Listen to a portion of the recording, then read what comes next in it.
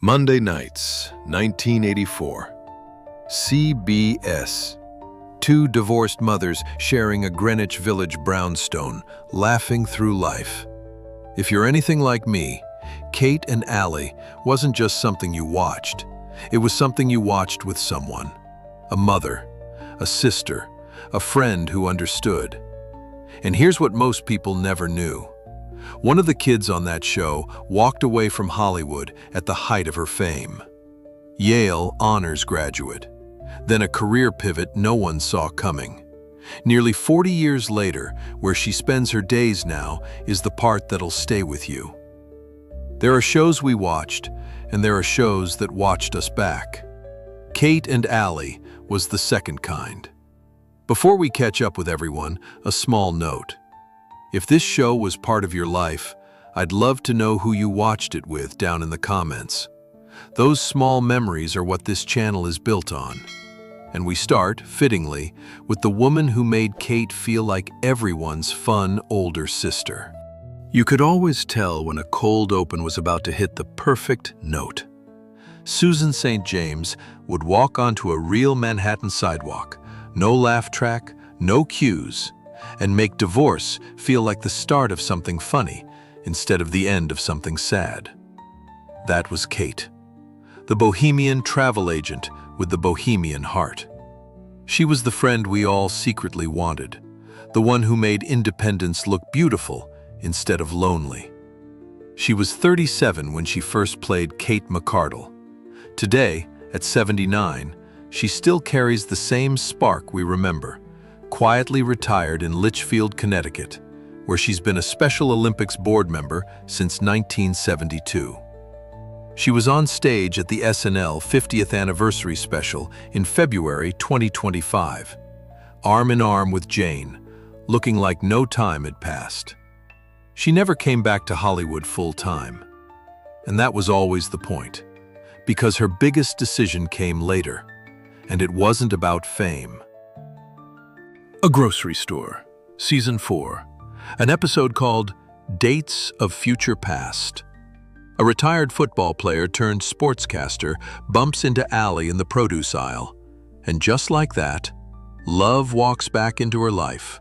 Sam Freed was Bob Barsky, and if you watched that wedding episode in Season 6, you probably teared up a little. He wasn't trying to be the perfect man, he was just the good one. The second chance Allie deserved. And here's the thing most fans never knew. Long before Kate and Allie, Sam had already shared a stage with Jane Curtin in a small Boston improv group called The Proposition. They were friends before they were co-stars.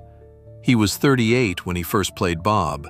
Today, at 77, he radiates the same warmth decades later, still acting in character roles.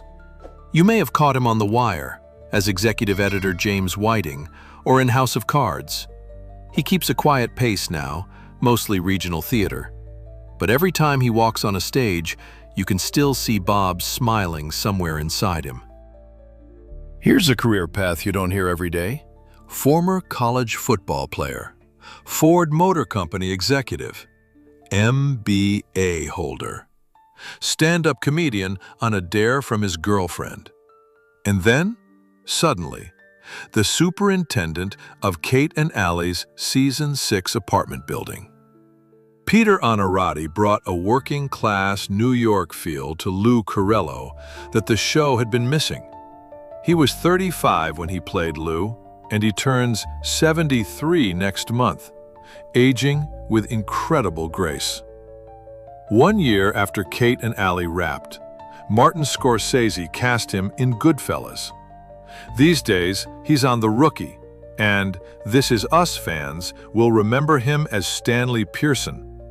Not bad for a guy who used to file spreadsheets at Ford. For anyone who ever sang to themselves in the mirror, Allison Smith was permission. She played Jenny Lowell, Allie's daughter, for 6 seasons, and the episodes where she sang, well, you remember them. Goodbye to You, Tomorrow. Those moments that could have been corny, but weren't, because she knew how. What most fans never realized is that Allison was already a Broadway legend before Kate and Allie. She played the title role in Annie at age 10, over 1,000 performances. The youngest person ever to headline a Broadway musical at that time. She was 14 when she stepped onto Kate and Allie. Today, at 56, time has only deepened her elegance. After the show, she spent 7 seasons on the West Wing as Mallory O'Brien, Sam Seaborn's love interest. She appeared in the 2023's film Reptile. She's a director and writer now, married to an ASCAP attorney, raising 2 daughters. And she's still very close friends with her on-screen sister, Ari Myers. Real sisterhood, decades later. And speaking of growing up on that show, there was one kid we all watched become a teenager in real time, right before our eyes. Freddie Koehler started Kate and Allie at 8 years old and left at 13. Between those years, we watched him grow up on Thursday nights. The bowl haircut, the cracking voice, the boy trying to make sense of being the only male in a house full of strong women. Chip was one of the most realistic portrayals of a kid on 1980s television, and the show never made him the joke or the problem. He was just a little brother, our little brother. And here's something fans forget. He was already a movie star before Kate and Allie. In 1983, he played Michael Keaton's son in Mr. Mom at age 7. Today, at 50, he wears every year beautifully. He went to Carnegie Mellon for theater and built a career most child actors never find. He played a prisoner on HBO's Oz for 4 years, a complete dramatic turn. He's been on Grimm, Bones, NCIS, and Criminal Minds. Quiet, steady work.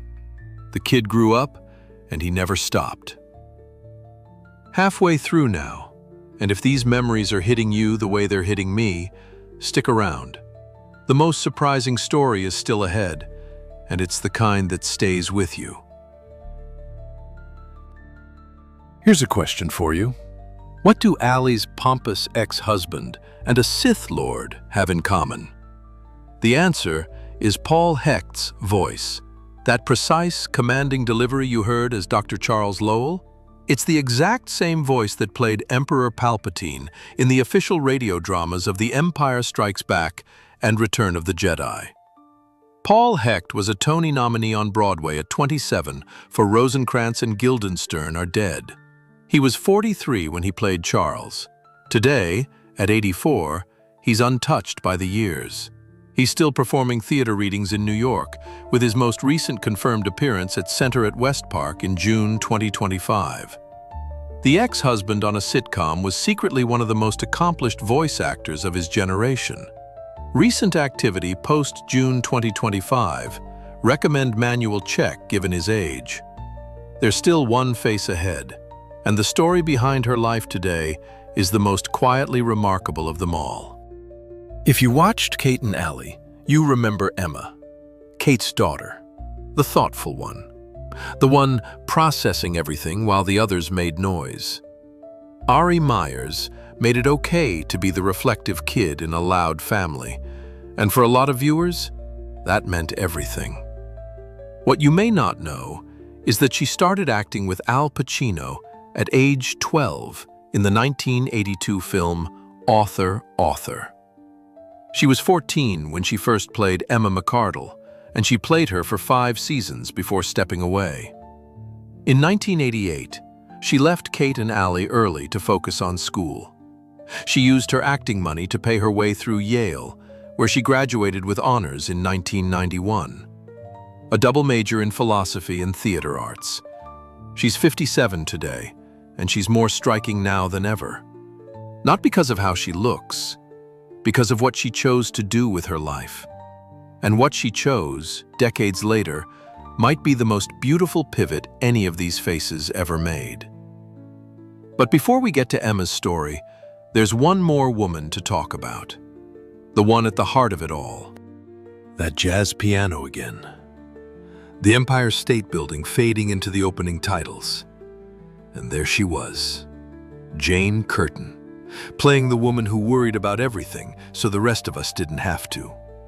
Allie Lowell, the meticulous mother, the anxious friend, the one whose deadpan could deliver a whole paragraph of feeling in one raised eyebrow. If Kate was the show's free spirit, Allie was its heart. She was the mother we recognized in our own homes, quietly carrying the weight so the house kept running. Here's something most fans don't know. Jane almost turned the role down.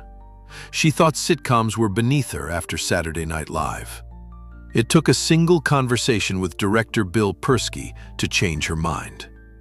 That conversation led to back-to-back Emmy Awards for Best Lead Actress in a Comedy Series.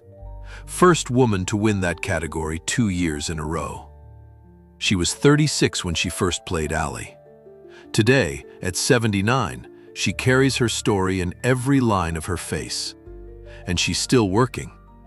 In 2025, she played Nan Cox, the vodka-loving presidential mother-in-law, on Netflix's The Residence.